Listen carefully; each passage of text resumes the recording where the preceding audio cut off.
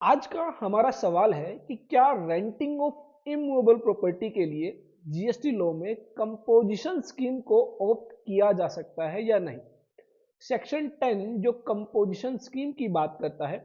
और renting of immovable property जो कि एक सर्विस है,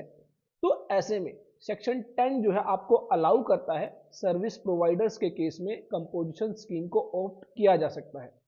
हालांकि सर्विसेज के केस में कंपोजिशन स्कीम के तहत आपको 6% का टैक्स पे करना होता है।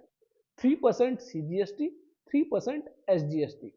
इसका जो सबसे बड़ा ड्रॉबैक है, ये जो 6% है, ये जो ओनर है उसे अपनी पॉकेट से पे करना होगा, जबकि जो 18% नॉर्मल टैक्स रेट है वो जो है ओनर के द्वारा जो है टेनेंट से रिकवर किया जाता है और उसके बाद गवर्नमेंट को पे किया जाता है। हालांकि अगर देखा जाए तो यहां पर एक अच्छी टैक्स प्लानिंग की जा सकती है, जहां पर टेनेंट मान लीजिए जीएसटी लॉ में रजिस्टर्ड नहीं है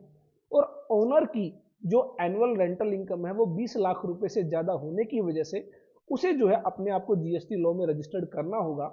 तो उस केस में कंपोजिशन स्कीम जो है आपके लिए बेनिफिशियल हो सकती है। फॉर एग्जाम्पल, अगर आपने नॉर्मल जीएसटी रजिस्ट्रेशन लिया तो ओनर यहां पर 1 लाख रुपए के रेंट पर जो है 18% 18,000 रुपए चार्ज करेगा टेनेंट से, जबकि टेनेंट जो है जीएसटी लॉ में रजिस्टर्ड नहीं है, उसको कोई इनपुट नहीं मिलने वाला। तो इस केस में जो ओनर है अगर वो कंपोजिशन स्कीम को ऑप्ट कर लेता है, तो यहां पर अगर मान लीजिए वो टेनेंट से 1,10,000 रुपए की रेंटल वैल्यू भी चार्ज करता है और उस पर अगर वो 6% का भी जीएसटी पे कर देता है गवर्नमेंट को, तो भी जो है उसे 1 लाख से ज्यादा का रेंटल मिलेगा, जबकि टेनेंट को भी जो है 1,18,000 रुपए की जगह पर 1,10,000 रुपए ही पे करने होंगे।